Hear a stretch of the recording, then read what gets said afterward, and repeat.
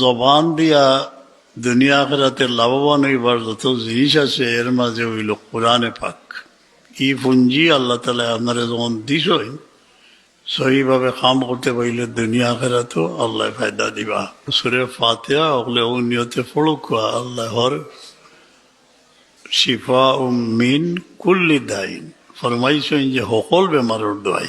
বেমার তো আর খালি চাপ নাই, ভিতরে নানান রকমের খেয়ালাত বেমার আছে, এগুলা সূরা ফাতিহা ঠিক মতো পড়িলে পরিষ্কার হয়।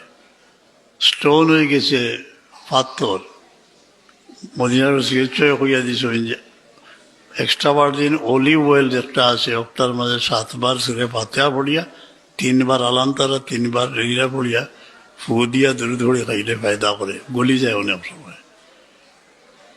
আল্লাহ তৌফিক এনায়েত ফরমাইতা।